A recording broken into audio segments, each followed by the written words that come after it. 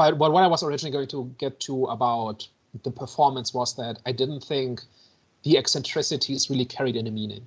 So the way he behaves and like all his mannerisms and his speech and and his specific actions are all eccentric and weird and loud, but they don't seem to convey any any personality behind it.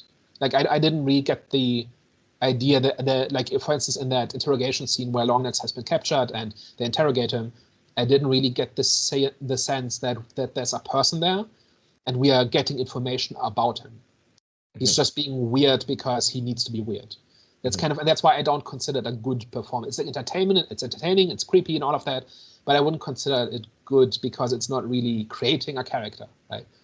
Could you say that was the goal though? Because now he's kind of like possessed. Yeah. Is he really a person anymore?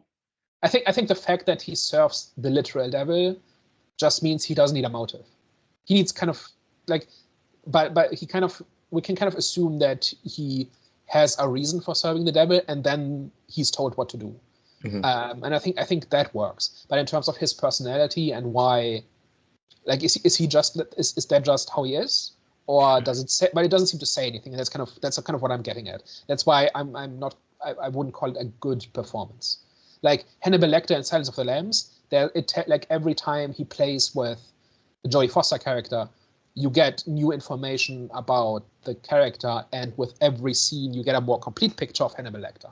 And there's a person behind the performance. And I didn't think the same was true for Longlegs, which is not the same thing as saying that Nicolas Cage did a bad job portraying him. I just don't think there's much to Longlegs himself. He's just purely a catalyst. But then that kind of aids my point. Sorry, go ahead. I was going to say, I think the interrogation scene would have been the perfect time to kind of like bridge together what both of you were saying in terms of like where he's like putting on this like bravado, this facade during the interrogation, but maybe when they're interviewing, they say something that maybe like triggers the actual real person behind him, and maybe we discover a little bit more about who the person is behind Longlegs. Because I do agree with you, Daniel, in terms of like it's a sort of not a great performance, but he's like does really well in the role. But then, like as you've just said, there isn't really much sort of kind of like behind that, and I feel like that's maybe where there was just like maybe one missed opportunity to give us a little bit more of who Longlegs is and a little bit more of the person behind sort of like the whole sort of the whole performance that he's putting on. Yeah, and my thing is just that there's no person behind the performance. My theory is it's not a character reason. I think it's a meta reason. I think it's a fake out. Because if you have seen movies like Silence of the Lamb or Seven, or even The Dark Knight, like the villain acting in crazy, eccentric, unpredictable ways is the story, right? Where you try to understand why they are who they are and why they act the way they do, and you are invited to make that assumption about Longlegs, right? You are invited to start speculating about what his what his psychology is and why he does things this way and why he kills and what he wants, and then there's nothing there. And I think, like, the more I think about it, the more I kind of like this. When you subvert expectations, you have to replace the assumptions of the audience with something better, right?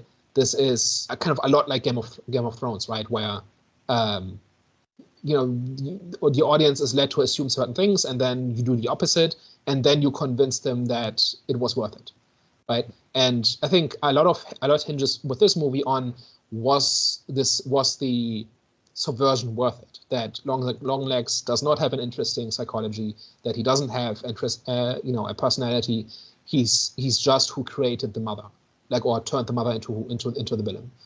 And I think the reason it doesn't, for me, is because it's told in this voiceover montage. Mm-hmm. If that sequence had been some kind of confrontation between the mother and Lee, where they talk it out and Lee puts all the pieces together, and then in retrospect we see all the pieces assembled throughout the movie, then it would have worked, and then Longlegs would have been the fake out would have been worth it with Longlegs, I think.